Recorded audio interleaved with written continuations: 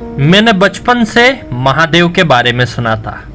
हर गली, हर मंदिर, हर कहानी में उनका कोई ना कोई रूप था।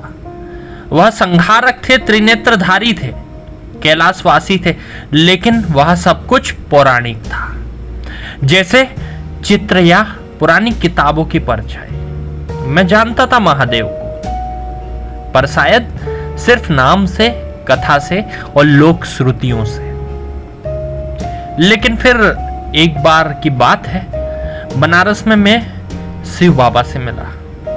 उनसे मैं कैसे मिला और कैसे बात हुई, वो बात मैं आगे कभी आपको बताऊंगा। लेकिन उस दिन के बाद से शायद सब कुछ बदल गया।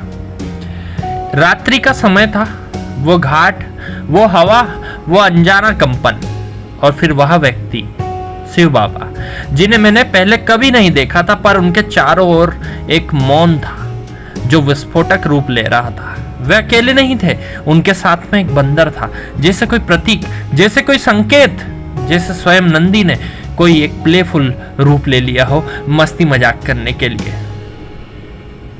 शिव बाबा ने मेरी ओर नहीं देखा था, लेकिन मैं उनकी ओर लगातार देख रहा था। शिव बाबा चंदन निकाल कर घीस रहे थे। उनकी उपस्थिति ही प्रश्न थी और उत्तर भी। उन्होंने महादेव के बारे में कुछ बातें कही। वो शब्द फिर से मुझे पौराणिक लगे। हाँ, वही शिव कथा, शिव पुराण वाली बातें, और वही महादेव की कहानियां जिसे हम बचपन से सुन रहे थे। पर उन्होंने जब अपना हाथ मेरे माथे पर रखा तो वे बातें कथा नहीं रही, वह स्वयं अनुभूति बन गई। वो ना तो कोई आवाज थी, ना तो कोई विचार, वो एक गहराई थी जो लगातार मेरे मस्तिष्क के भीतर, मेरी आत्मा में भी उतरती चली गई। मारो मेरा मस्तिष्क जो अब तक पौराणिकता से भरा हुआ था, वह पहली बार शून्यता से भर गया। आप लोगों को ये बात बड़ी अजीब लगेगी कि कोई चीज जो कि स्वयं शून्य हो, वो शून्यता से कैसे भर सकती है, क्योंकि उस समय मेरे मस्तिष्क में कोई विचार नहीं था। और उस शून्य में मैं महादेव से मिला।